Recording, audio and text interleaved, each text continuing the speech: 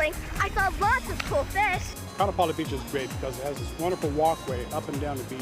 Whalers Village has lots of great shops. And it's right off the beach. Great for the kids, great vacation place. Digme Beach is cool. There's so many things to do here. There's surfing, skimming, boogie boarding. It's my favorite beach. And of course, that mesmerizing Maui sunset that's in perfect harmony with Kaanapali Beach. Spend some time here, and you're sure to agree that Kaanapali lives up to its billing as one of the top beaches in the world and deserves the title of #1 on Maui. There's no question, Maui is blessed with miles of gorgeous beaches. And our top 10 list is only a small sampling of what the island has to offer. We encourage you to explore and enjoy all of Maui's beaches and then compile your very own list of favorite stretches of sun-draped sands. Now, there's only one question remaining. Which way to the beach?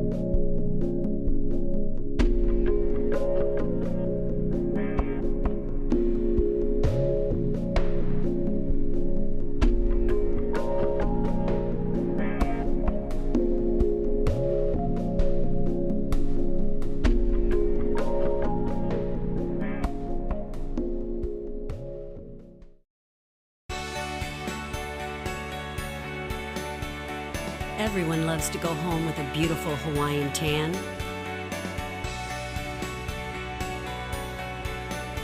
Amazing Maui Bay Browning Lotion will give you the gorgeous, dark, long-lasting tan in just a short time in the sun. You'll truly be amazed by this natural local tanning secret. You'll find it in stores island-wide.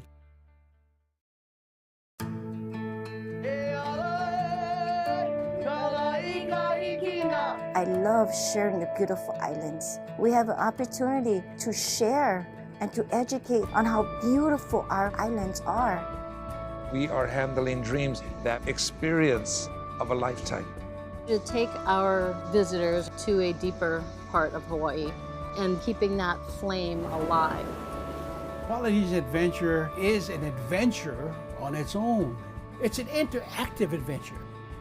Give us a chance to reach you on a level that is the spirit of home. Because it's authentic, because we're real. That's who we are. This is a place where you celebrate life. Everything around you is beauty.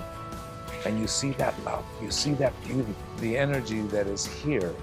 It's a journey that you have to take.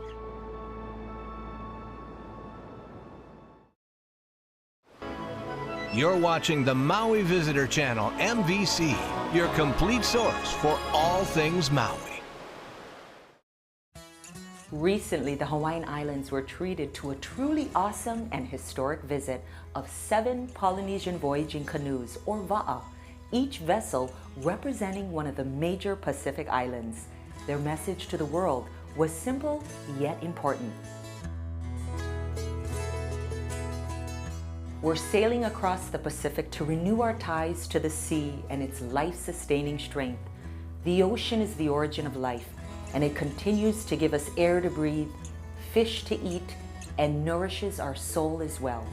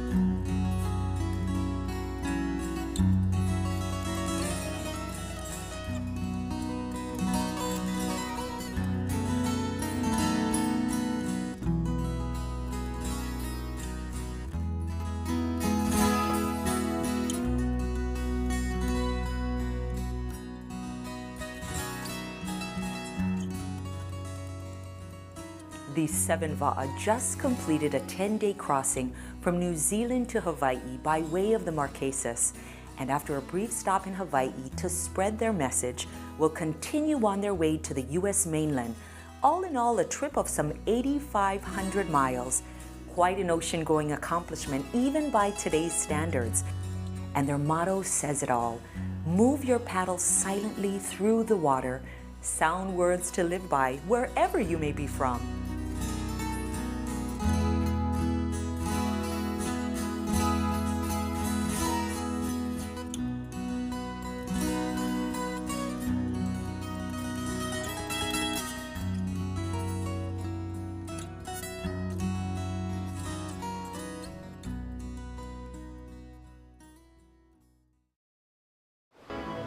You're watching the Maui Visitor Channel, MVC, your complete source for all things Maui.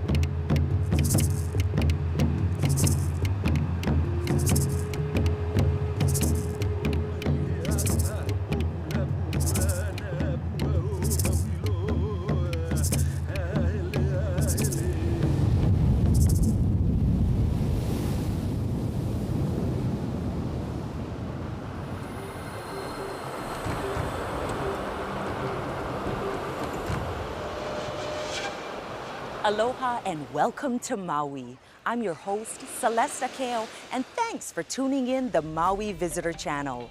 For over 20 years, we've been providing visitors comprehensive information designed to help you plan your island trip without all the guesswork, so you can enjoy all that Maui has to offer.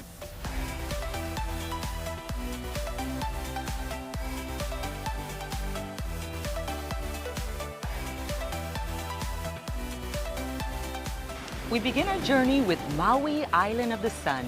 Greg Gleason gives an overview of Maui's major destinations, including the majestic Haleakala crater and a trip on the famous road to Hana. And that's not all. We'll also reveal Maui's top 10 beaches, giving insight on the island's hottest sunspots. And if you're wondering about those islands you see outside your window, we'll actually take you to them. We'll explore what makes the island of Lanai a true paradise retreat and discover Moloka'i's magical charm. And since Maui's known for its great dining, I go inside the island's finest restaurants to meet the chefs and review their delicious menus. We'll then experience Maui's unforgettable activities from high up in the air to adventures on land, plus a review of nighttime entertainment venues. Have a pen and paper handy because we'll provide you with phone numbers, web addresses, and directions throughout the programming. So sit back, relax, and let us show you all that Maui, the #1 island in the world, has to offer. And now, here's Greg Gleason with Maui Island of the Sun.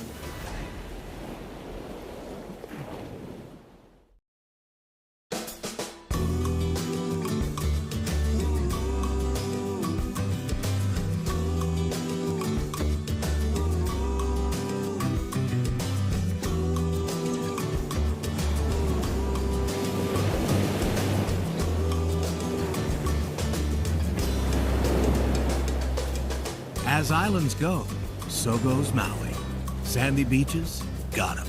Swaying palm trees, got those too. And spectacular tropical sunsets?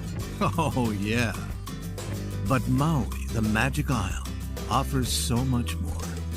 There's something truly magical about this very special place that draws so many people for so many reasons.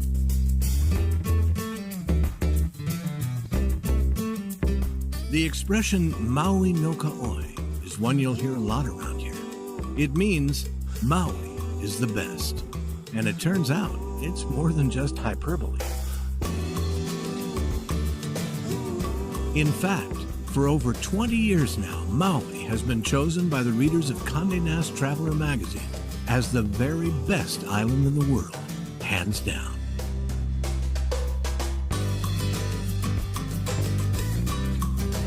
Condé Nast's Reader's Choice Awards share the opinions of over 25,000 readers, judging relevant criteria like activities, atmosphere and ambiance, beaches, lodging, restaurants, and scenery, and reflect the most exacting standards by the world's most discerning travelers. We did our own survey and asked visitors what they like most about Maui. Well, what I like about Maui is in the wintertime is great waves. We like discovering funky little towns like Paia on the North Shore.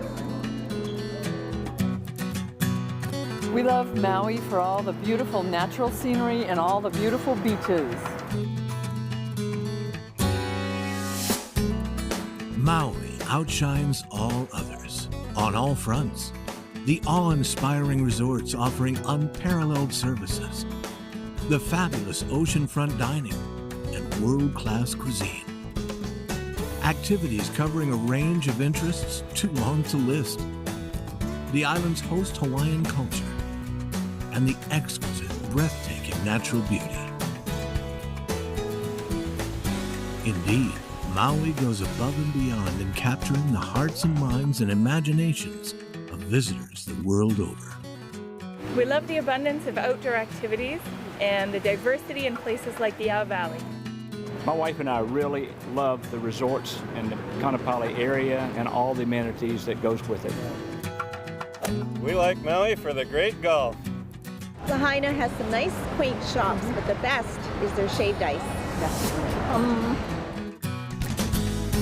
Those who seek variety, choice, and adventure will not be disappointed by Maui.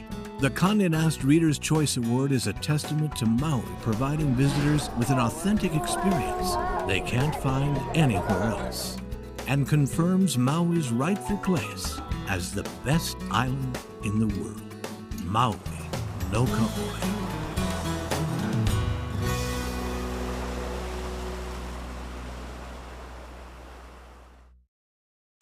You're watching the Maui Visitor Channel, your complete source for all things Maui.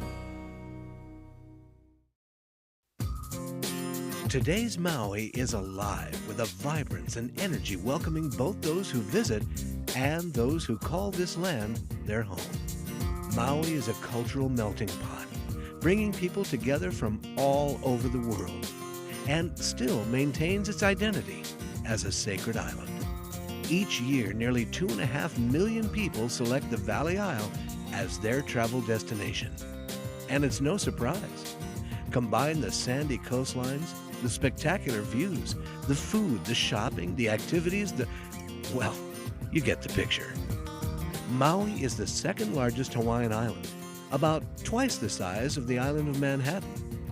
Given its size and diverse set of environments island-wide, from the daytime into the night, there will be no shortage of things to do here.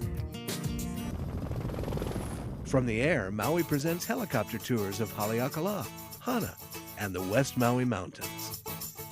In the water, you can see the island from above or below. Snorkeling and surfing both are easily accessible from shore, and boat trips here offer all kinds of adventures, like sailing, fishing, or in the wintertime, whale watching. On land, take your pick. Trails abound throughout the island for hiking and exploring. Golf courses here provide powerful views to go with challenging play. And amazing restaurants serve up culinary delights.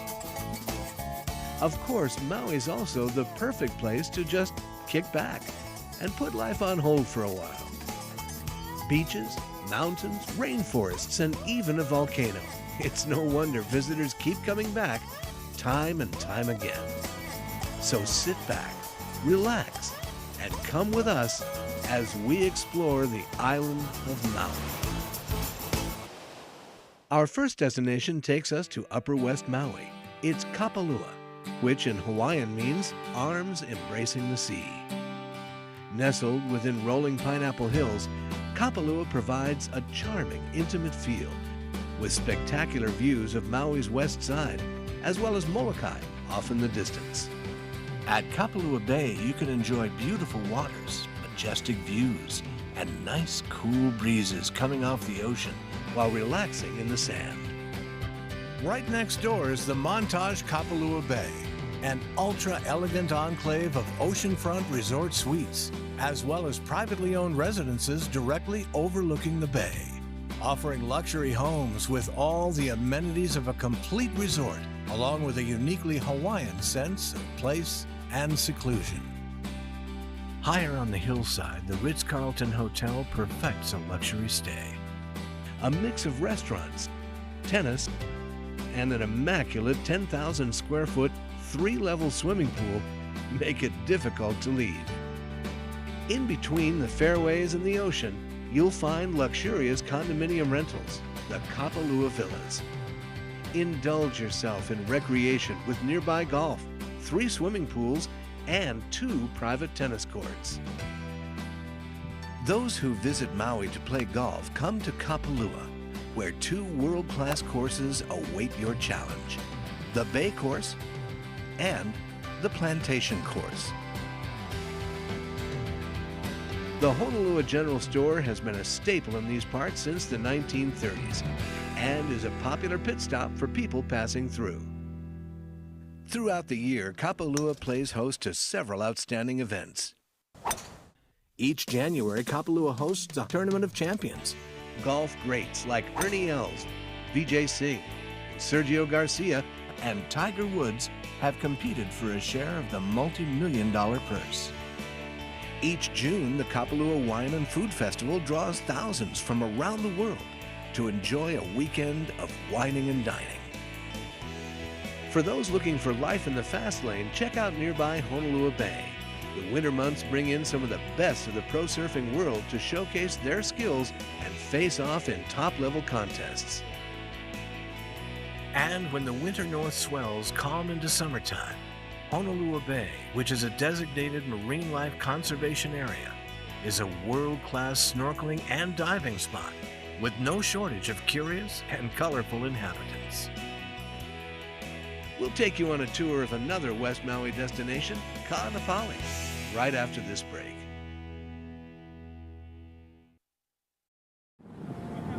Jesus says that where 2 or 3 are gathered in my name, there I am in the midst of them. We are all different. We have different interests, different personalities, different upbringings, and different ways we do life. But here, we have a deep connection, and you are welcome here. This is Harvest.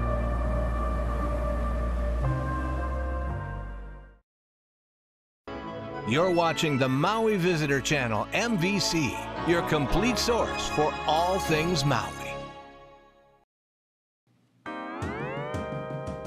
The roughly 3-mile stretch of pristine sandy paradise at Ka'anapali Beach is what visitors come to experience and expect on Maui. And they're never disappointed. As Hawaii's first master plan destination resort, Ka'anapali still serves as a model for resorts around the world.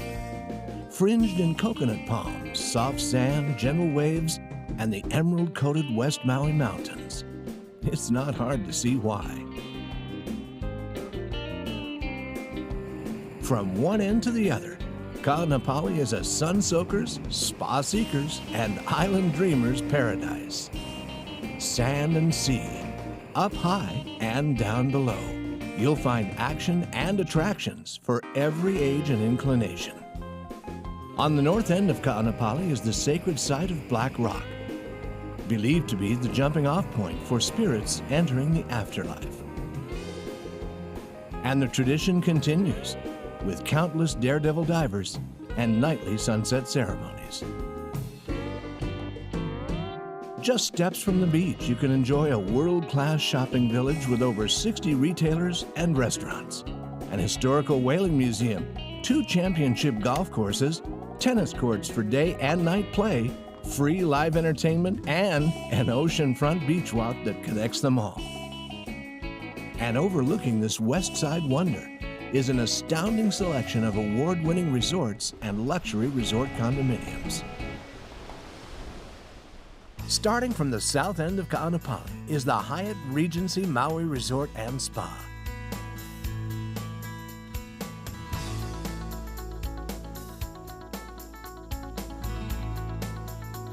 This lush beachfront property features expertly manicured gardens and a unique collection of art and wildlife. But perhaps its most refreshing feature is the half-acre swimming pool divided by a set of waterfalls and a grotto cave.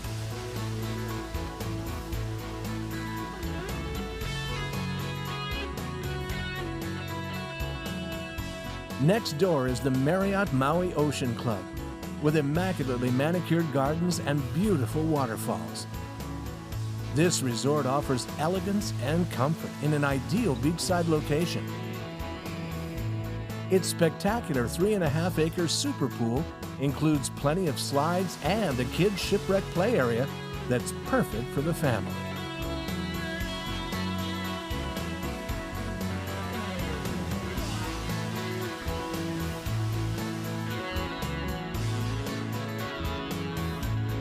Continue down the path and you'll pass by one of the finest, most luxurious resort condos on Maui, the Ka'anapali Ali'i. Ali'i in Hawaiian means royalty, and the 4 oceanfront towers of this resort certainly live up to the name. With spacious suites, private lanais, and fabulous amenities.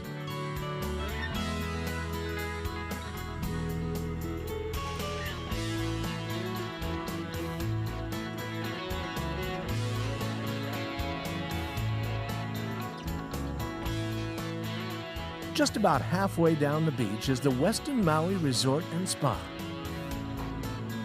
A heavenly oasis of swimming pools, tranquil waterfalls, hidden gardens, and private cabanas. The Westin combines lavish accommodations with breathtaking views of the Pacific and neighbor islands of Lanai and Molokai.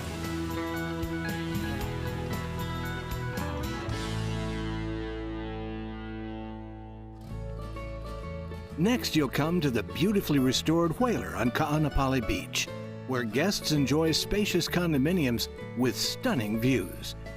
Best known for its premier location, the Whaler recently underwent a $35 million renovation that includes a serene beachside pool and relaxing koi pond. The next stop on the scenic walking path is Ka'anapali Beach Hotel, often called one of the most Hawaiian of all the resorts. This beautiful seaside property truly embraces the Hawaiian spirit, with on-site cultural activities and crafts, plus daily hula performances that are open to the public.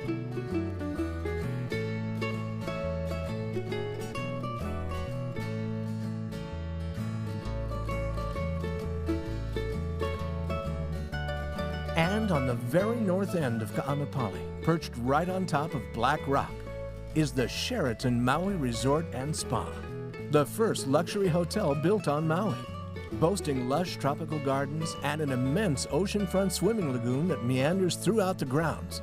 This resort is the perfect finish to South Ka'anapali's luxury hotel lineup.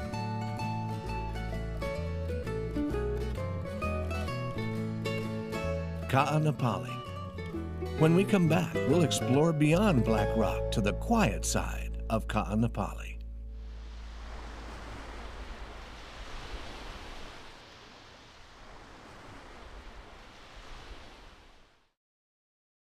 Did you know that Maui is located on the same latitude as the Sahara Desert?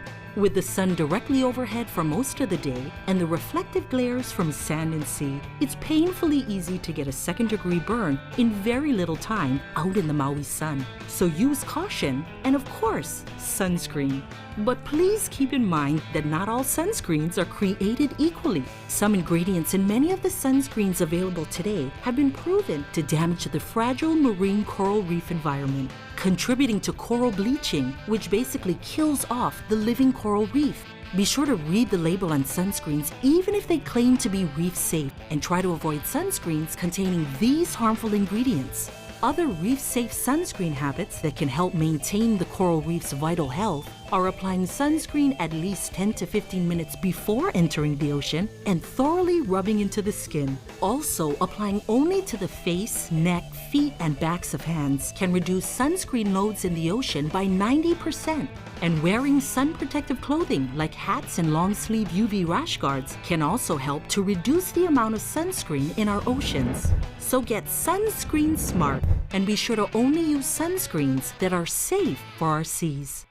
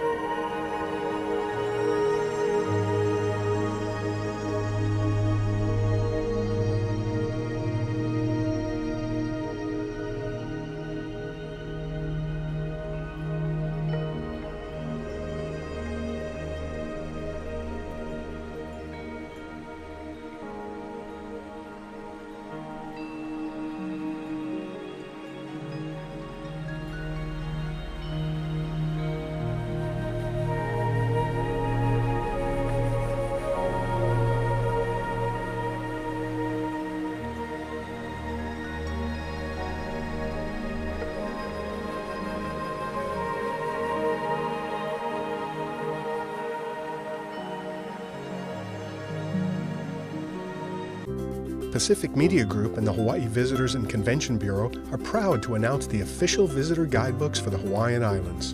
This suite of island-specific visitor guidebooks feature informative editorial content and offer helpful visitor resources such as island maps and stunning photography, highlighting the best that each island has to offer, as well as recommendations for popular attractions, dining options, shopping and cultural experiences, and island adventures and activities. Look for the official visitor guidebooks for the Hawaiian Islands in airports, magazine racks, and select hotels and resorts. The official visitor guidebooks to the Hawaiian Islands, available now.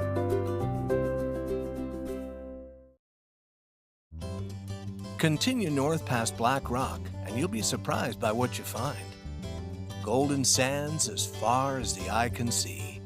Coconut palms dancing in cool island breezes. Crystal clear waters surrounding distant island landscapes. And about half the people. This is North Ka'anapali.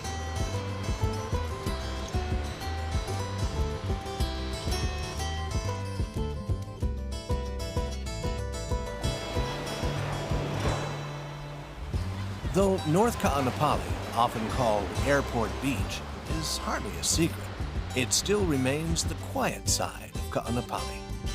With a well-maintained coastal beach walk, excellent facilities, an expansive grassy lawn with barbecues and picnic tables, endless opportunities for snorkeling and diving, and that magical Maui shoreline, North Ka'anapali is one of West Maui's gems.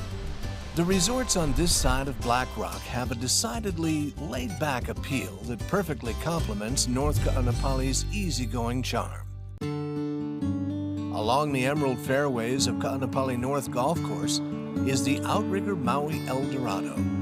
Here the surroundings are relaxed, friendly, and stunningly lush.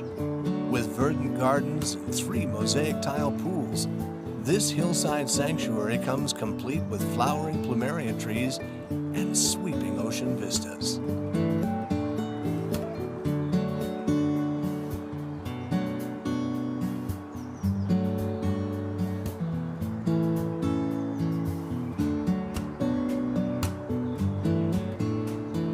Set in a tropical, intimate oasis, the Royal Lahaina Resort enjoys a prime beachfront location. Dotting the resort's immense oceanfront lawns and refreshing pools are private, low-rise garden and beachside cottages, as well as the elegant and island-inspired Lahaina Kai Tower that overlooks the property.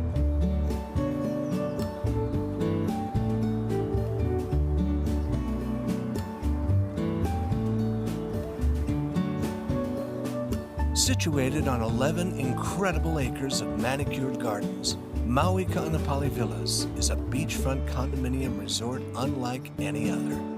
Stroll across one of the 2 freshwater pools, or enjoy a private walk through stone-cut paths and fragrant plumeria trees. Or head out to your own secluded strip of Ka'anapali Beach.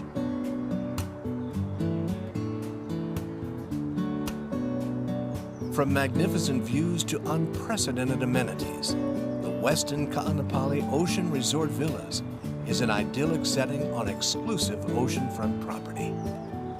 With its extensive grounds, lush tropical gardens, and spectacular pools, this premier vacation ownership resort is a sophisticated addition to America's favorite beach.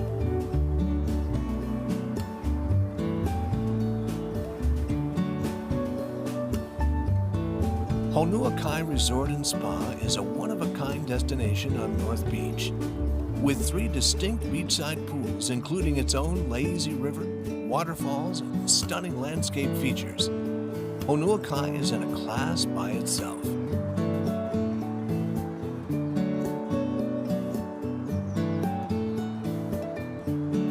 Stop by for a meal at Duke's Beach House, or enjoy your own private cabana in paradise.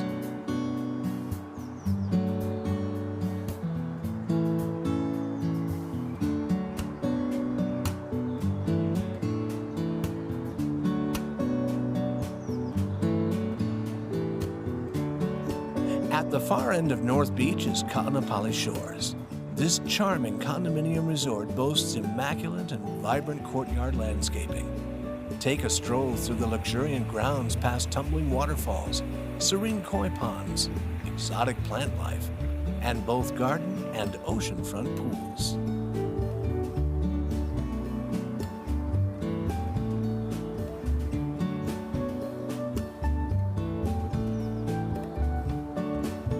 Whether you choose to stay here or just play here, North Ka'anapali is the perfect slice of island paradise.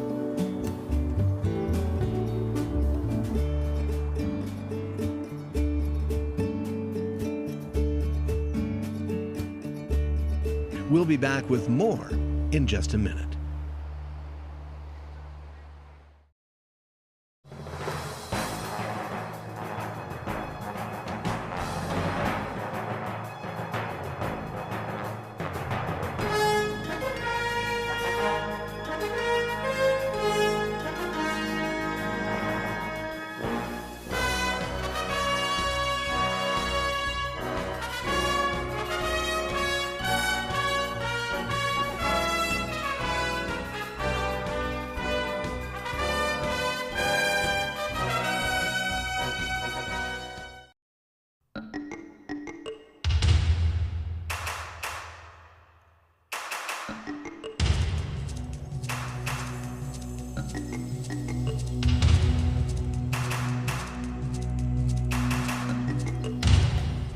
My name is Theo Morrison, and I'm the Executive Director of Lahaina Restoration Foundation.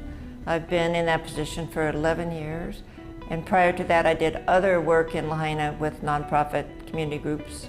So in total, it's about 28 years working directly in downtown Lahaina. What's so unique about Lahaina compared to any other place in Hawaii is that during every era of Hawaii's history, Lahaina was a dominant place. During the pre-contact era, during the monarchy era, during the whaling era, during the missionary era, during the plantation era, and now during the tourism era. And doubly unique to that whole situation is that the history has been saved. Lahaina is a tapestry of remnants from all these different eras. And you can actually walk, and I discovered this myself, You can actually walk through history along Front Street. Front Street is a very old road. It used to be called Alanui Mo'i, which is the King's Way. Today, you could start at Shaw Street, Shaw and Front Street, walk down past Moku'ula, which is the sacred island and where the monarchy lived, and prior to that, the high chiefs lived. And then you walk to Prison Street. There's a prison on that street, which was built during the whaling era. And then you keep walking till you go past the Lahaina Courthouse, which is part of the monarchy period. Then you go into the Baldwin House, which is the missionary period. And then you start walking through town. That's the plantation era, all those buildings. And then you end up at the Outlet Mall, the epitome of the 21st century. All on one street, yeah. In the ancient times, like Dickinson Street was a river. There was like several rivers, streams running down, fresh water, abundant fresh water, abundant fish in the ocean. And the weather, as you know, is just beautiful here. There was, all of Lahaina was covered by ulu trees, which created this tremendous shade. And from the early explorers that came here, there's written records of how Lahaina was above and beyond anything else they'd seen in the South Pacific and all the places they'd gone, with all the taro fields under the ulu trees. They said it was just amazing. The physical configuration, I guess you'd say, of this place just became a natural for its growth and popularity. The earliest recorded human habitation in Lahaina was around 400 AD. Prior to the monarchy being developed, this is where the high chiefs came. So Moku'ula, that became the home of Kamehameha III. It already was the logical place. It's a very special sacred place. When the plantation Pioneer Mill was established in 1860, and they started diverting the water. And when they diverted the water, Moku'ula dried up. Kamehameha III had already moved the capital to Oahu, so the whole interest sort of shifted that way, and then all the water was diverted. Moku'ula became definitely not what it was before. It became a marsh, actually. And then later on, it became a ball field. And only recently, like in 1980s, 1990s, was the actual history remembered, and they did an archaeological dig, and they verified that the island was there, that the bridge to connect the island to the other part of town was there. And that's when it really started, was after that dig done by the Bishop Museum.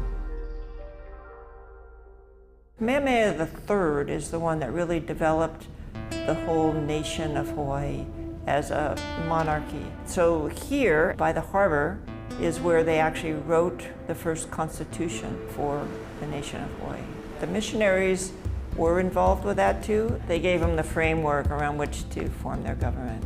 During Kamehameha III, probably his greatest achievement is guiding the nation of Hawaii during this very tumultuous time when the Western influence was so great on the people and on the whole nation. And they were bringing in new technology at the time, new things, government, all those things, and he was very open, as well as still protecting his people. I would say he was like a visionary. He could see that Hawaii had to adapt to what the changes in the world, like developing the constitutional monarchy. And they also traveled, Kamehameha III, Kamehameha IV, they traveled to other countries, like Europe, to learn about what was going on and to also develop relationships as a country to other powers at the time in the world. It was amazing when you consider how isolated they were.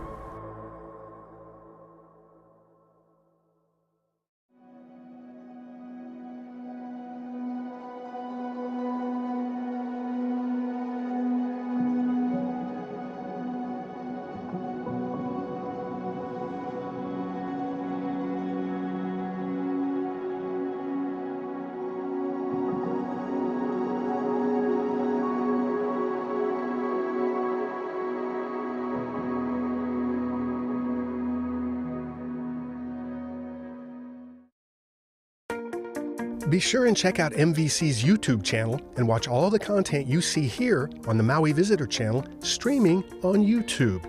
Or view any of our content there as well, on demand, anytime, anywhere.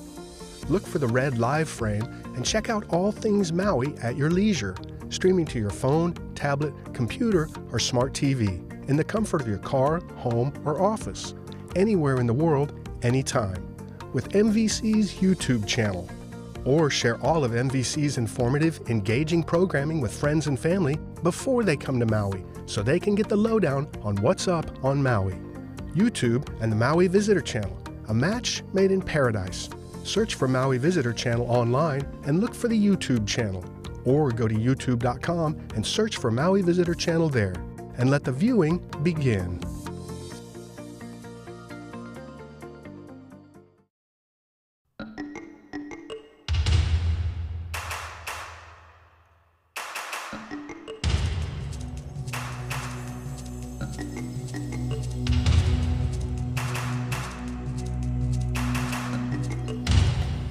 My name is Theo Morrison, and I'm the Executive Director of Lahaina Restoration Foundation. I've been in that position for 11 years, and prior to that I did other work in Lahaina with nonprofit community groups. So in total, it's about 28 years working directly in downtown Lahaina. What's so unique about Lahaina compared to any other place in Hawaii is that during every era of Hawaii's history, Lahaina was a dominant place. And doubly unique to that whole situation is that the history has been saved. Lahaina is a tapestry of remnants from all these different eras. The missionary era started, I think the first ship started coming over like in the 1820s. Dr. Baldwin came here in the 1830s. Prior to the missionaries coming over, the kapu system, the Hawaiian system, the religious system had already been broken. So there was a bit of a void here when the missionaries brought over Christianity. And the original missionaries that came over were instructed by the mission society not to get involved with government, to learn the language, to help the people become prosperous. So the missionaries came and there was like a void. And so they were able to preach the Christian religion, and it was accepted by the people. And then they also brought the written word, which was tremendously exciting to the Hawaiian people to understand that words could be written down. And again, it was in the Hawaiian language. So they took the Hawaiian language and made it a written language. The monarchy, the kings, the royalty, the ali'i, they endorsed the education, and education was required. It was required for kids to go to school. Hawaii, at the time, in the 1800s, became one of the most literate nations in the whole world. Before that time, it had been totally an oral language, which worked fine at the time. But I think then the contact with the Western world and the ships coming in and asking the ali'i to sign papers, and the ali'i didn't know what it said, or they were told it was something different than what it was. So they saw this as a source of knowledge, and they realized they needed to know and to preserve their language in a written form.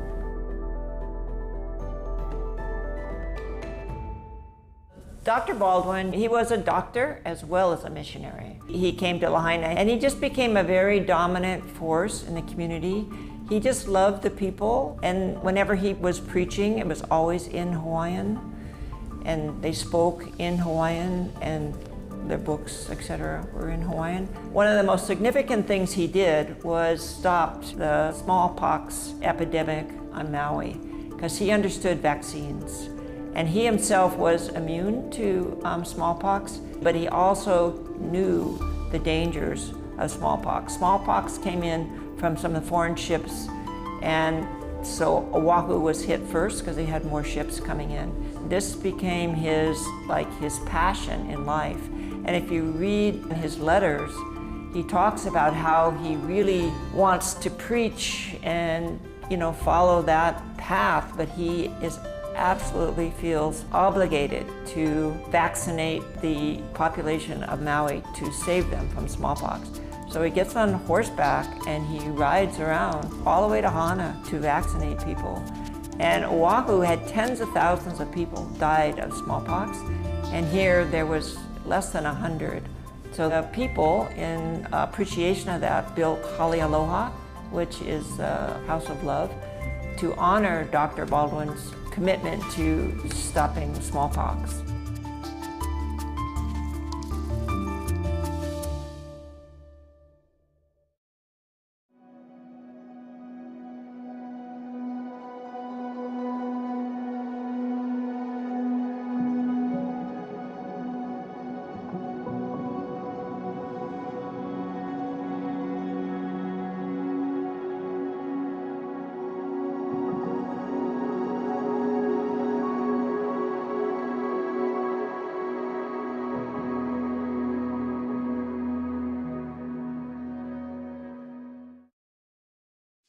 You're watching the Maui Visitor Channel, your complete source for all things Maui.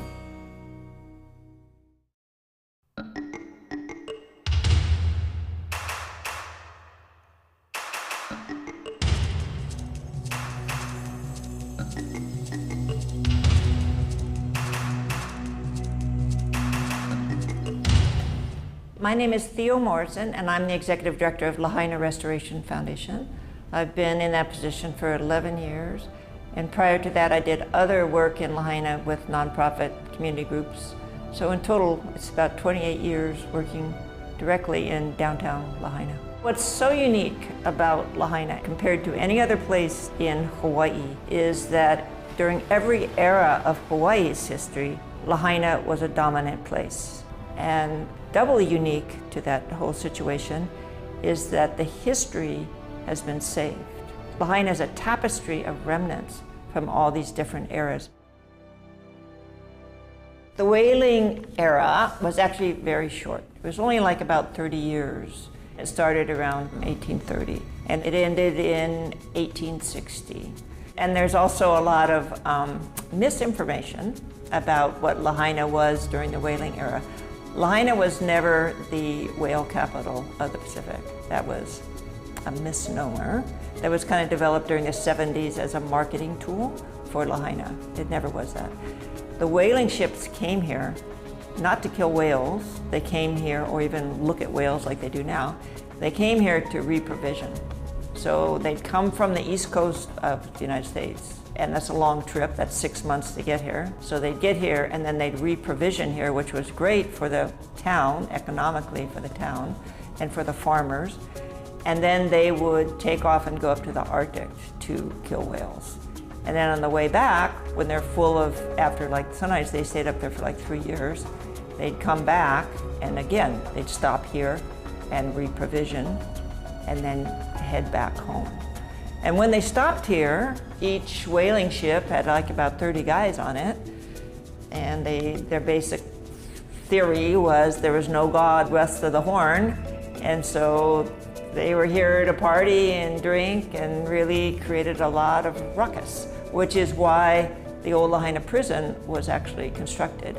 And if you read the letters, like from Dr. Baldwin, he wrote lots and lots of letters. The missionaries were on the side of the Hawaiians, constantly trying to curb the drinking and the carousing that went on when these whaling ships were in the port. Sometimes there was up to 100 ships in Lahaina with 30 guys on each ship that had been away from all the good things in life for like, 3 years. So yeah, it was pretty bad. And what missionaries were trying to do was stop the sale of alcohol here.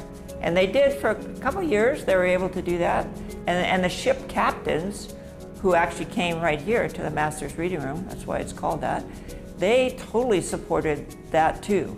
But it was just extremely difficult to do that. There's a lot of grog shops up and down Front Street, because that's what these guys wanted. But it all came to a screeching halt when they started to kill so many whales that the whales diminished in number. So they had to go further and further north. So in the 1860s, a huge number of whaling ships were actually caught in the ice up north and were destroyed. All the men were able to escape in their little whaling boats to another ship that wasn't stuck in the ice.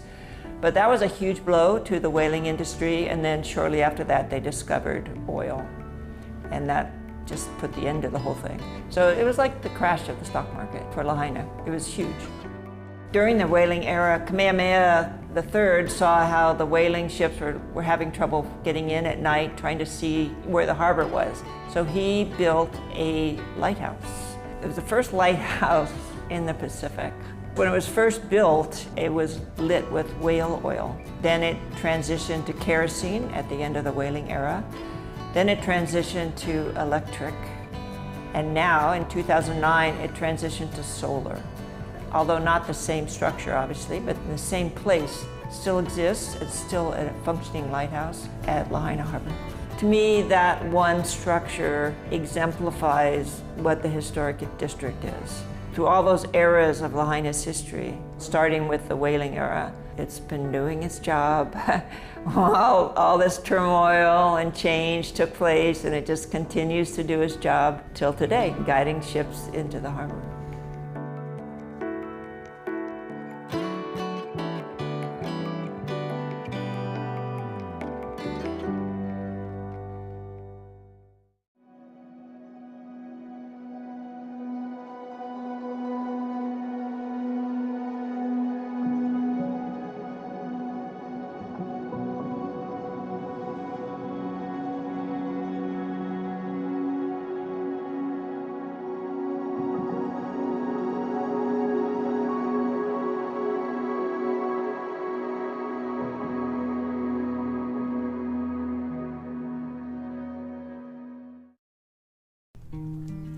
You have to think about it from a Hawaiian perspective.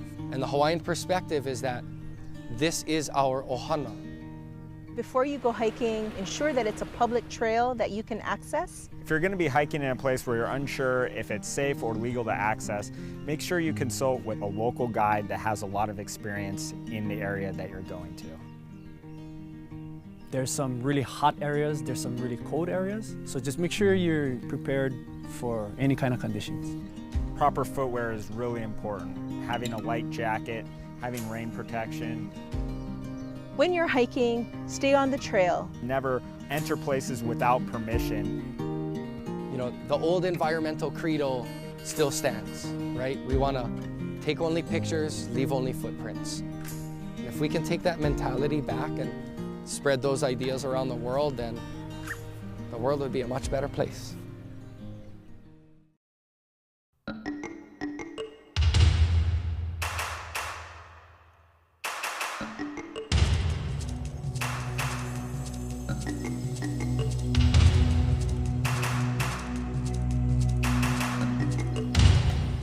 My name is Theo Morrison, and I'm the Executive Director of Lahaina Restoration Foundation. I've been in that position for 11 years, and prior to that I did other work in Lahaina with nonprofit community groups. So in total, it's about 28 years working directly in downtown Lahaina. What's so unique about Lahaina compared to any other place in Hawaii is that during every era of Hawaii's history, Lahaina was a dominant place. And doubly unique to that whole situation is that the history has been saved. Lahaina is a tapestry of remnants from all these different eras. After the whaling era, it became the plantation era. So that's when 1860 when the Pioneer Mill was built. And then Lahaina converted to a plantation town. Pioneer Mill was a very successful sugar mill. They actually bought up many of the other mills that had started.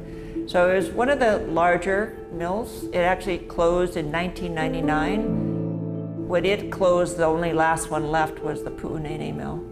The biggest thing it brought in was people from the immigrants, because to produce sugar, it takes a tremendous amount of labor.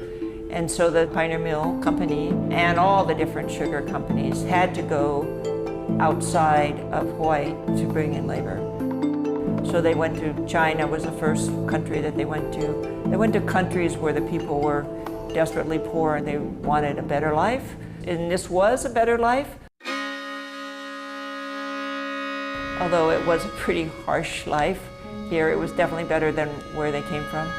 So the Chinese, the Japanese, the Filipinos, they just got a whole bunch of different immigrant groups to come and work in the fields and work in the factory. When the sugar mill brought in the different ethnic groups to work in the fields, they had a system of segregation. The mill was very paternalistic. The mill provided all the housing. They built houses, and they were called camps. So they built a camp for the Chinese people, then they built a camp for Japanese people and the Filipino people, and that's how they were kept separate. However, they all worked together in the fields. And so even though they couldn't speak the same language, they actually developed, that's how Pidgin English was developed, so they could communicate. And they all shared their food. And when they shared their food, that's what today is what we call mixed plate, which is a combination of the different ethnic foods in one dish. However, on the plus side of keeping them separate like that, the cultures stayed really intact. So the Chinese would celebrate their Chinese New Year and their different festivals within their camp.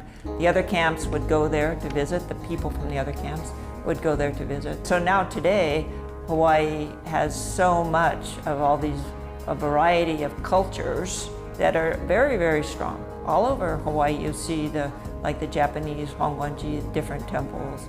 There's unfortunately fewer Chinese ones than there used to be, but we have one in Lahaina.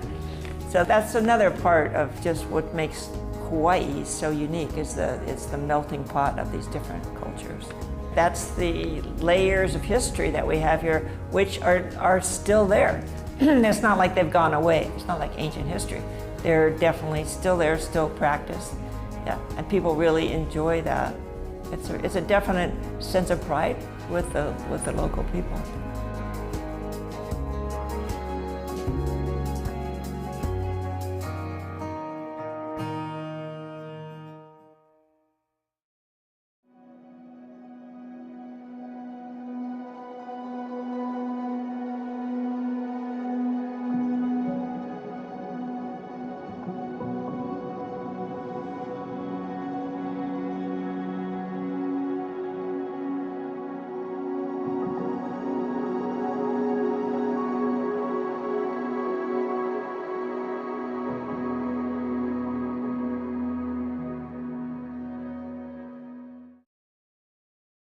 While here on Maui or any of the other Hawaiian Islands, be sure to check out our sister station, Experience Hawaii, in high definition, where you can experience the best Hawaii has to offer. Broadcast statewide, Experience Hawaii takes you to places you've never been before or even seen before, and you'll meet a few interesting individuals along the way. And it's all in amazing high definition right in your home. This is Eye Candy Island style. Join us at Experience Hawaii for a visual journey around these magnificent islands we call home. From stunning landscapes, seascapes, and sunsets to special features exploring the beauty and individuality of our islands. Experience the very best Hawaii has to offer. Experience Hawaii in high definition, available throughout the Hawaiian Islands. You're watching the Maui Visitor Channel, your complete source for all things Maui.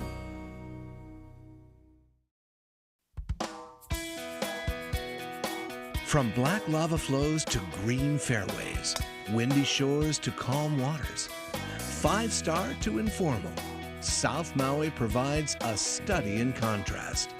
No matter how you spend your visit, you'll have no trouble understanding why we call it the sunny, sandy, sublime South Side. This 12-mile stretch of nearly uninterrupted shoreline is one of the most popular places to stay on Maui.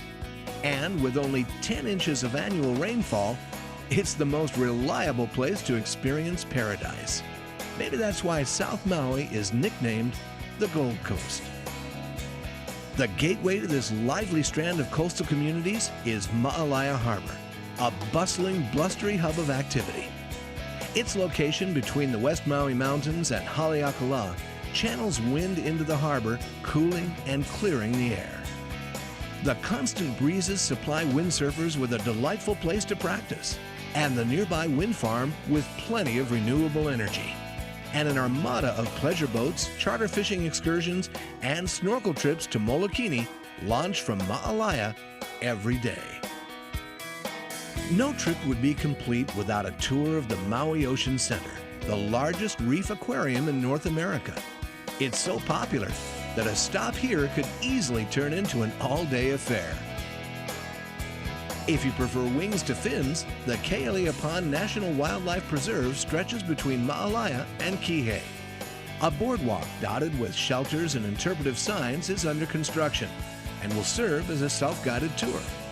Or you can catch a glimpse of the endangered Hawaiian stilts and coots right from the road on the way to Kihei. Also in Kihei is an opportunity to connect with Hawaii's rich cultural past at Ko'i'ie Fish Pond on Kolepolepo Beach. Fish ponds were a sustainable means of farming fish in old Hawaii, and you can learn all about fish ponds here from native Hawaiians who are helping to revitalize this 400-year-old cultural treasure. They even offer a unique Hawaiian outrigger canoe tour where you can help paddle the canoe as you tour the pond and its surrounding environment. Kihei is best experienced along its beachfront lower road, where anyone can enjoy the sunshine, surf, and sand that are hallmarks of the area. The wide stretches of beach host a number of exciting activities. Brightly painted outrigger canoes push off every morning, while other adventurers try surfing, scuba diving, and snorkeling. You'll find volleyball, tennis, golf, and plenty of expanses to throw a frisbee. You can even drop in and catch some air at the skate park. And daily craft fairs, exotic import retailers, sidewalk cafes, and unique farmers markets all make Kihei a singular shopping haven. The fun continues long into the night with an array of dance clubs, karaoke hotspots, and sports bars. It's a fantastic way to end an evening in Kihei. We'll journey further south right after this. You're watching the Maui Visitor Channel, MVC, your complete source for all things Maui. Wailea, the green tree-lined avenues and immaculately manicured gardens are unmistakable. It's hard to believe that just a couple decades ago, it was mostly kiawe trees and ranch land. Under the development of Alexander and Baldwin Company, this area is now an emerald oasis. Every palm tree in Plumeria was planted as a deliberate accessory to the unmatched powdery shores and crystalline waters. This is Wailea, originally dedicated to Lea, the goddess of canoe making. Today, Wailea is dedicated to pure pleasure. The best way to explore this section of the Gold Coast is on Wailea's Coastal Nature Trail, which winds through crescent-shaped beaches, secluded coves, and over $1 billion worth of luxury hotels. A hidden gem along the coast, Andaz Maui at Wailea radiates contemporary luxury at every turn. Perched among crescent shores, this 15-acre beachfront resort immerses visitors in the warm and welcoming spirit of Maui. Located between two of South Maui's most renowned beaches is the Wailea Beach Marriott Resort and Spa, an open-air haven that provides guests with an array of accommodations, serene poolside settings, and amazing coastal views. The Wailea Beach Villas are situated on the northern end of the world-famous Wailea Beach. Aside from the property's lush grounds and tempting pools, these lavish villas offer guests the chance to create a private and spacious retreat during their stay on Maui.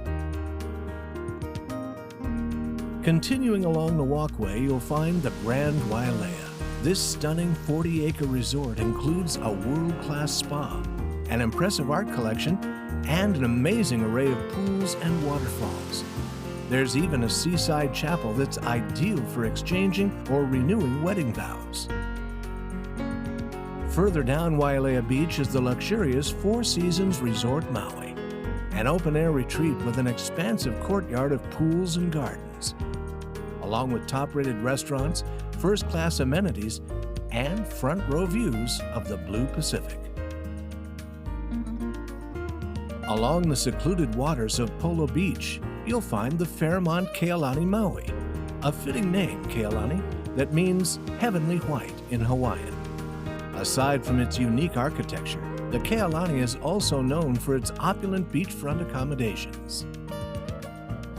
Perched above the breathtaking Wailea coastline is the secluded Hotel Wailea, a true luxury escape where guests enjoy peaceful surroundings and stunning panoramas, providing plenty of opportunity to relax and reflect. And if you're looking for Maui's ultimate destination for unforgettable shopping, then look to the Shops at Wailea. It's one of the most beautiful and exclusive shopping centers in Hawaii. One of the world's greatest golf destinations, the Wailea Golf Club boasts 3 18-hole championship courses, all with spectacular ocean views and dozens of prestigious awards. And Wailea's 1,000-seat tennis stadium has been called Wimbledon West and hosts one of Hawaii's largest local tournaments. Located at the tail end of the Gold Coast is Makena, a sacred place offering the freedom and space to reconnect with nature. Past Makena Bay is one of the island's earliest churches, Keavalai Congregational Church. Built from white coral and lava rock, this historic church holds Hawaiian language services every Sunday morning. After Makena, the road fades away to reveal Ahihikina'u Marine Preserve and La Perouse Bay, site of Maui's first official visit by European explorers in 1786. Now, if you plan to travel this far, be prepared. There are no road signs or amenities in the area. And please be respectful of the Marine Preserve and surrounding private property. From here on out, passage is pretty much only by foot. Be sure to wear proper footwear, because the sharp shards of lava will cut bare feet and rubber slippers to shreds. You can hike the old Pi'ilani Highway, or King's Highway, which is said to have once encircled the entire island. It's just one of the many perfect ways to end your day in sunny South Maui.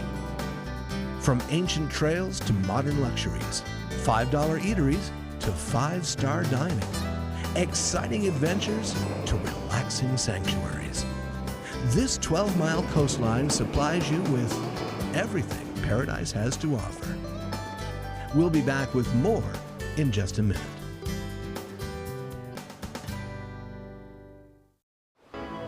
You're watching the Maui Visitor Channel, MVC, your complete source for all things Maui.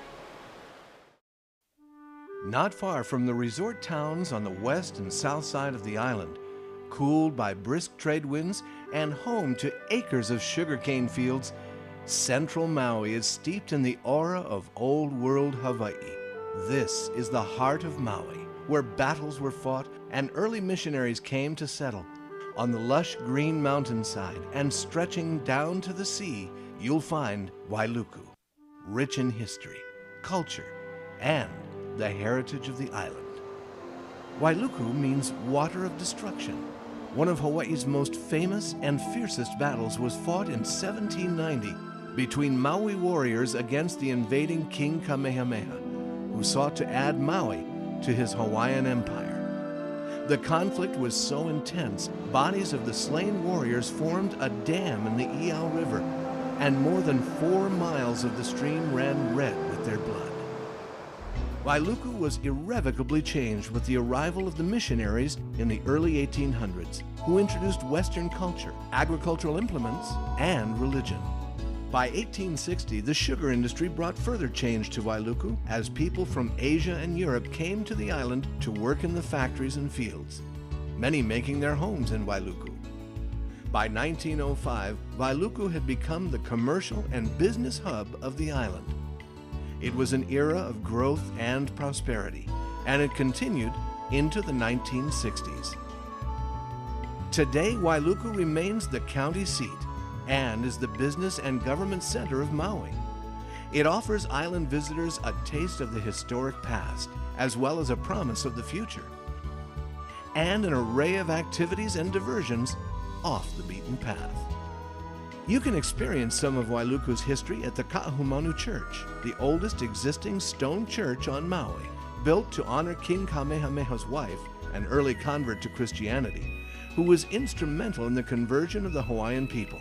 Today you can experience Sunday morning services where the Hawaiian congregation sings hymns in their native language. The missionary, sugarcane cultivator, and painter Edward Bailey supervised the construction of the church in 1879. You can find out all about him and his impact on the island of Maui at the Bailey House Museum. The museum was originally the home of Edward and Carolyn Bailey and is rich in history and artifacts. Moving on up the road, you'll find the mystical and scenic Iao Valley State Park. Iao means cloud supreme and is one of Maui's most popular scenic destinations. Mark Twain once referred to Iao as the Yosemite of the Pacific. Iao Valley is the home of the Iao Needle, a monolithic pillar of stone rising 2,250 feet above sea level and topped with a grassy plateau that was once a natural altar, as well as a strategic lookout for defense. The valley is a place long revered by native Hawaiians and was a burial place for ali'i, or Hawaiian nobility. The remains of many ali'i remain undisturbed, tucked away in the deep, majestic valley walls. The lush and scenic valley is a great place for short or long hikes. You can experience the breathtaking panoramic vistas and trickling streams filling clear blue natural pools. Downtown Wailuku is in the process of gentrification and is filled with intriguing art galleries, retail shops, and cafes. Take a walk down Market Street, known as Maui's Antique Road, and discover specialty treasures you won't find anywhere else, and merchants who will welcome you with the true spirit of aloha.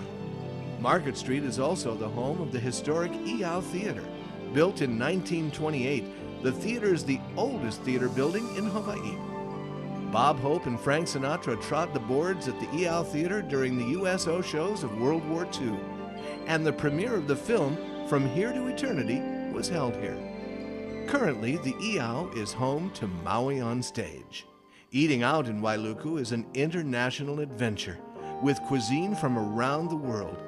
You'll find some of the best and most affordable restaurants Maui has to offer. Wailuku is a charming old world place to stay, to shop, to eat and enjoy. Experience the old and the new, the people and the land, off the beaten path, in wonderful, historic, enchanting Wailuku. Stay tuned for more Maui Island of the Sun. You're watching the Maui Visitor Channel, MVC, your complete source for all things Maui. Ever wondered why Maui is called the Valley Isle? It's because of the large flatland that separates the two volcanoes and bridges the east and west sides of the island. Nestled between the tall green grass and the deepwater harbor is Kahului. Kahului is where the locals go to shop, to dine, and to play. In fact, straight off the plane, you can find some of Maui's best shopping, affordable restaurants, the island's top kite and windsurfing spot, plus plenty of local history. When the sugarcane industry emerged in the late 1860s, Kahului centered entirely around the harbor. The first railroad on the islands, the Kahului Railroad Company, was completed on Maui in 1897 and carried sugar and pineapples from Wailuku to the harbor. Kahului quickly became the lifeline of the island. In the 1950s, the Kahului Development Company built affordable housing for the cane workers. For many, the dream of home ownership finally became a reality. And for this reason, the developers named Kahului Dream City. If you travel southwest of the airport, you can't miss Kahului Harbor. This bustling port thrived in the 20th century as Maui's premier harbor and commercial center. Even today, the island is dependent on this port. It's the only deep water harbor where ships can dock on the island. Gigantic barges carry commodities in and out of the port daily, from paper products to automobiles. The majority of the island's goods pass through here. It's also a popular destination for cruise ships from around the world. In World War II, Japanese submarines attacked the harbor twice, failing both times. In 1943, the Kahului Naval Air Station was established to protect this important seaport. To this day, the harbor is still a conduit to the rest of the island. Overlooking the harbor is the Maui Arts and Cultural Center. This $32 million complex offers special events, live performances, and art galleries. The last pineapple cannery in the United States was located in the center of Kahului. The red brick building, built in 1926, could process 90,000 tons of pineapples, and at its peak, it made 60 million cans of this sweet tropical fruit per year. Saturday morning, the Maui Swap Meet is where to find handmade Hawaiian clothing and local arts and crafts. It's located at the University of Hawaii Maui campus across from the Arts and Cultural Center. Kahului is also home to the best kite and windsurfing spot on the island, Kanaha Beach. With its gently sloping, sandy bottom and strong winds, it's the ideal location to catch a wave. Whether you're out for fun, shopping, or interested in culture or local history, Kahului has so much to offer. Perhaps Kahului should be your dream city, too. Stay tuned for more Maui, Island of the Sun.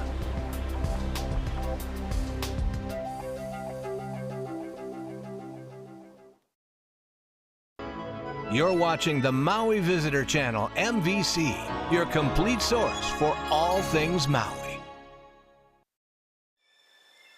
When you're here in Hawaii, you have to think about it from a Hawaiian perspective. And the Hawaiian perspective is that this is our ohana. We need to interact with it in that way. We need to give the land the same respect we would give somebody we love. Not only are we entering someone else's land, someone else's property, but we're actually like stepping on and walking in a living being. I think that concept of asking for permission is probably the most important one that we have. You know, I'd rather ask for permission than beg for forgiveness. The old environmental credo still stands, right? We want to take only pictures, leave only footprints. And if we can take that mentality back and spread those ideas around the world, then the world would be a much better place.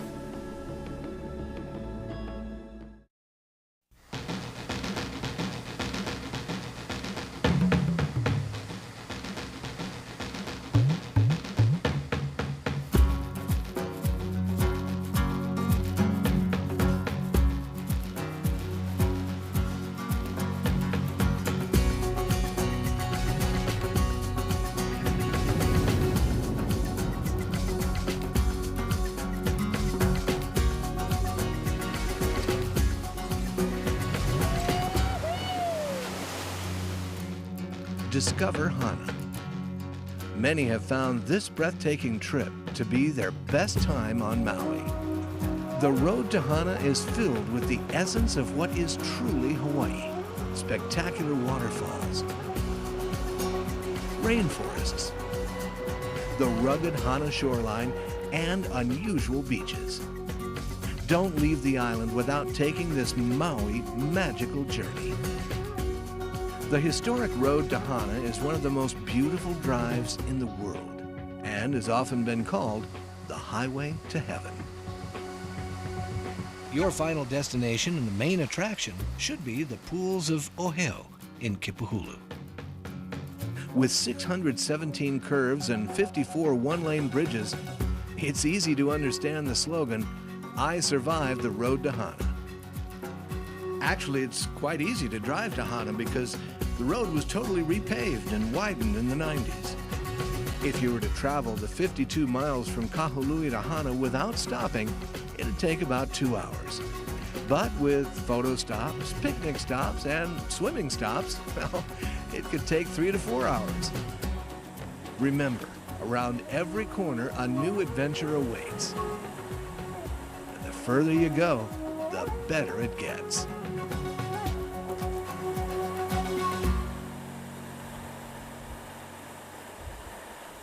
Paia Town is the gateway to the road to Hana.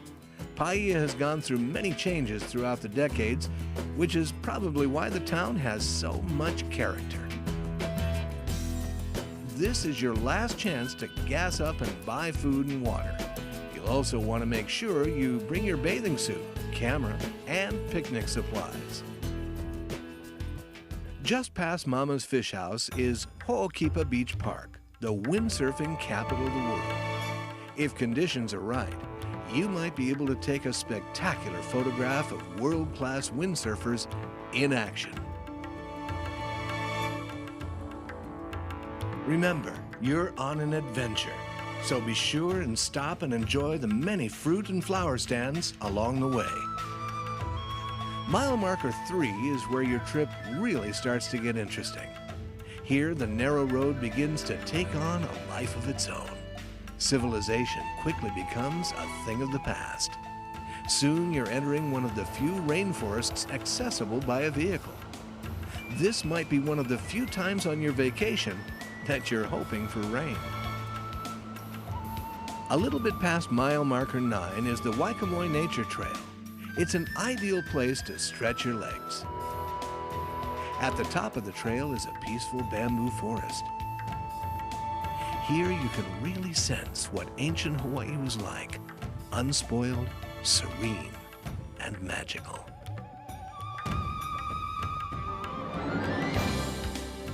All along the way, especially if it's raining, you'll find dozens of waterfalls that you can see from your vehicle. Another popular stop is Kaumahina Park.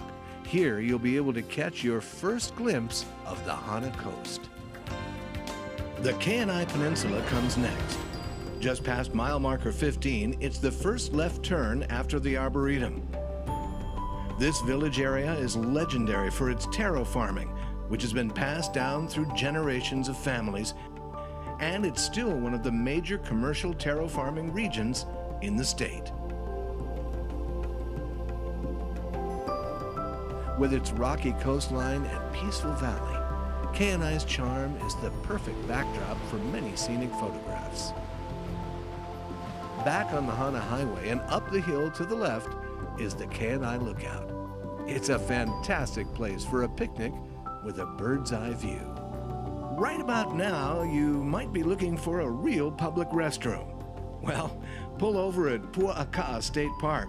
Here, you'll also find waterfalls, a swimming pond, and a picnic area. Your next stop should be the lush 120-acre Wainapanapa State Park. The Hawaiian meaning for Wainapanapa is glistening waters. Inside the park is an unusual black sand beach. Once you reach Hana, you'll discover that it's really quite a charming little town.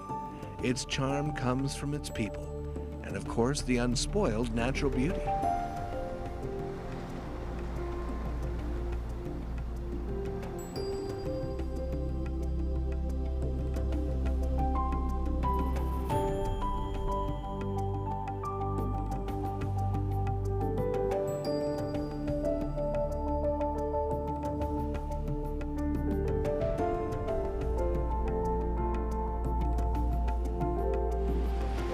Stay tuned. There's more about Hana after these messages.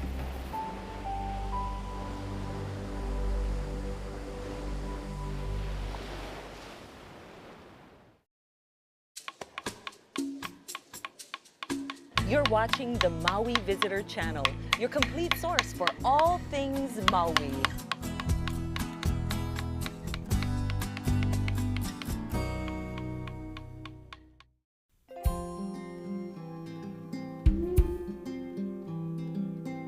Continuing past Hana, you'll come to the Hamoa Beach Loop.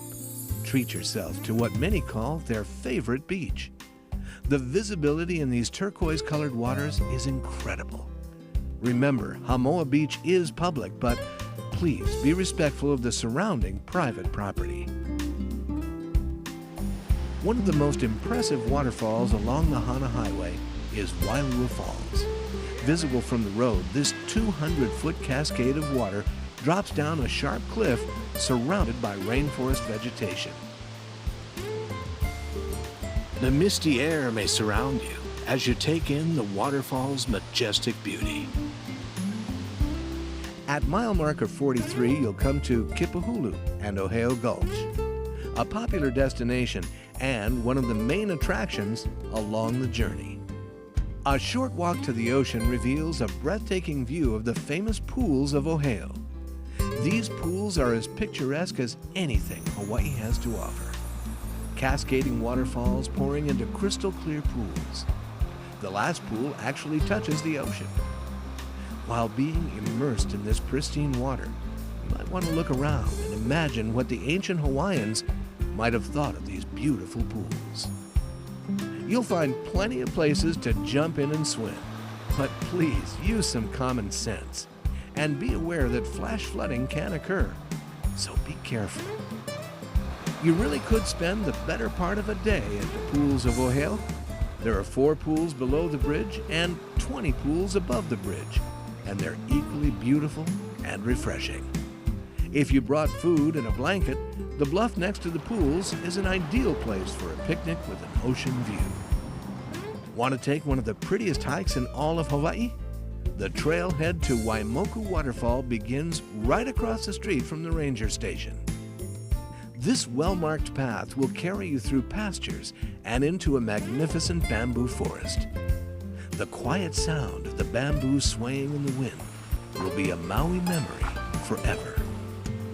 At the end of this 2-mile hike is the impressive 400-foot Waimoku Waterfall. Hana has been called one of the last Hawaiian places, and its beauty can be a salvation, a welcome solace from the troubles of life. There's more to Maui Island of the Sun right after these messages.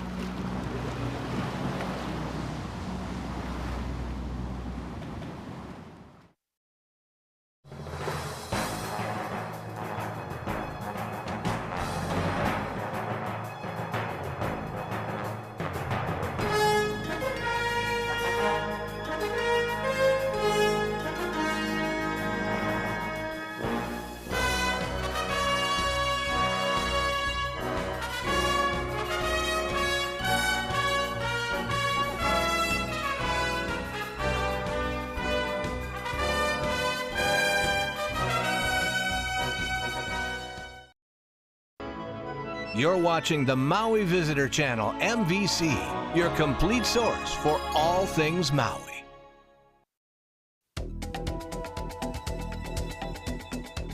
Haleakala, one of nature's most breathtaking displays. It's easy to understand why this was especially sacred for early Hawaiians. Atop the slopes of Haleakala reveals a magnificent carved valley, dotted with once active cinder cones. It's a view that is from another world. Sunrise at Haleakala is an unforgettable event. Waiting in anticipation, onlookers watch as the floor of clouds light up like fire, and finally witness the dawning of a new day. Once you reach the summit, the adventure begins. Haleakala National Park has many educational and exploratory activities for everyone, from the extreme adventure seekers to the curious first-timers. Haleakala is an experience of a lifetime. Before starting your journey to Haleakala, call this number to check the weather conditions and find out what time the sun rises. And remember to dress accordingly. Temperatures can drop below freezing any time of the year. If you're staying in the Lahaina Ka'anapali area, expect a 2 to 3 hour drive to get to the summit. From Lahaina, take Highway 30 to 380, and then right on to the Hana Highway number 36. Then another right on 37, and then on up until you get to number 377. Then just follow the signs till you get to the summit. From the Wailea Kihei area, take the Pi'ilani Highway number 31 to 311. Then on to 37 and 377. Your travel time should be about 2 hours. And take note, there's no gas or food inside the park. Haleakala National Park stretches from the rugged Kipahulu coastline up through the rainforest and shrubland to the summit of the volcano. To experience these different perspectives of the park, plan to hike in. The park has over 27 miles of hiking trails, ranging from short, easy walks to challenging 3-day treks. Safety considerations to take into mind when you're going to begin a hike along here is to bring water with you, good layered clothing, food, sunscreen. A hat is very important because of the extreme sun. Good comfortable shoes. For hikers, we ask that you stay on the trail, especially that you avoid shortcutting at the switchbacks, because anytime that you venture off the trail, you're in the habitat of the species that do survive up here.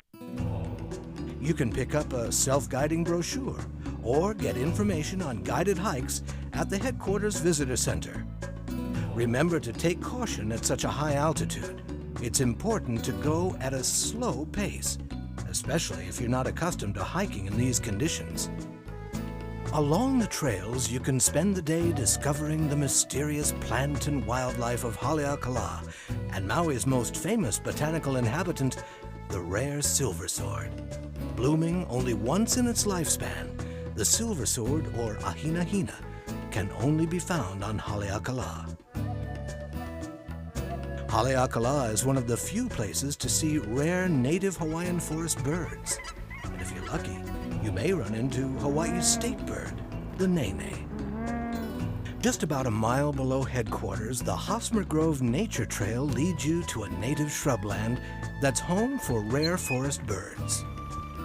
If you'd like to experience the great outdoors overnight, cabins and campgrounds are available to the public. There are 2 primitive campsites and 3 equipped cabins in the wilderness area, all of which demand a 4 to 10 mile hike. All 3 cabins need to be reserved and they require a permit from the park's headquarters.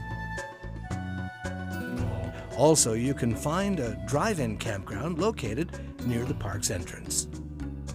Once again, remember to bring drinking water with you and always pick up and pack out all of your trash. Learning about Haleakala is an activity unto its own. Stop by the park's visitor centers to learn about the geology, the natural history and culture of Hawaii. In the summit area, naturalists give regularly scheduled presentations. Later in the day brings yet another unique experience. Sunset at Haleakala. The brilliant late afternoon colors fill the valley, leaving the visitor with a lasting impression. What better way to end your day on Maui?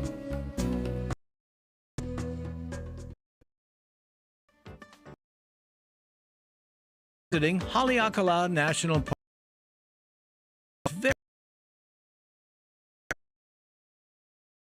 Park entrance and limited parking. An additional 4 summit are at least up and also 10,000 feet. You have a respiratory or afternoon, and the sunsets can also be awesome. Food or gas in the park. For more information on National Park, just log /Hale.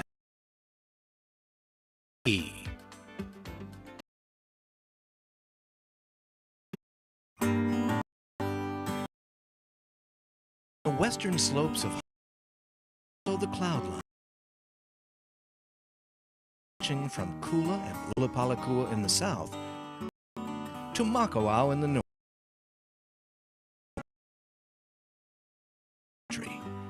the charm of the country. The hills, cattle, and horses, unpretentious, and to reveal her stories of sea captains, kings, and queens. It also tells fantastic tales of fortunes made and lost. I started farming 4 generations ago. I don't years ago. From Hawaii's early years,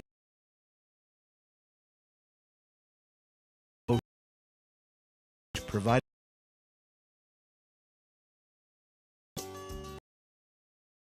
with its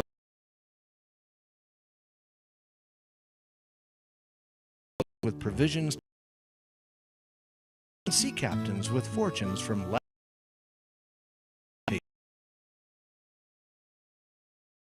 supplied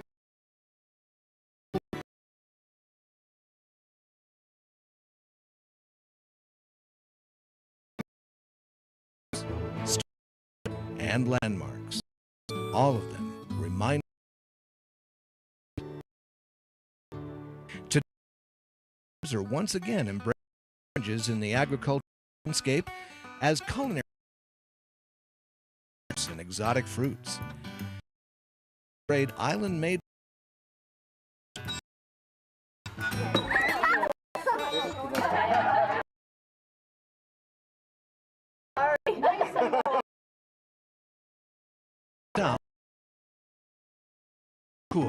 Home Wines Vineyards.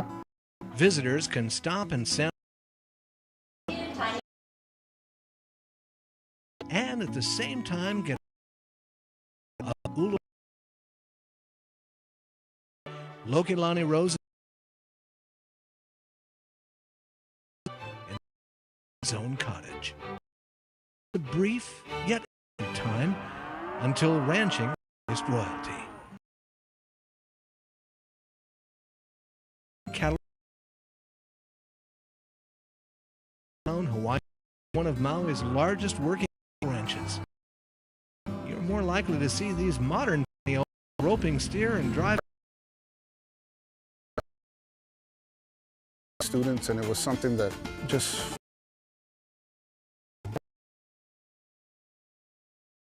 are tested at our state's biggest rodeo in Makawao, Maui Town.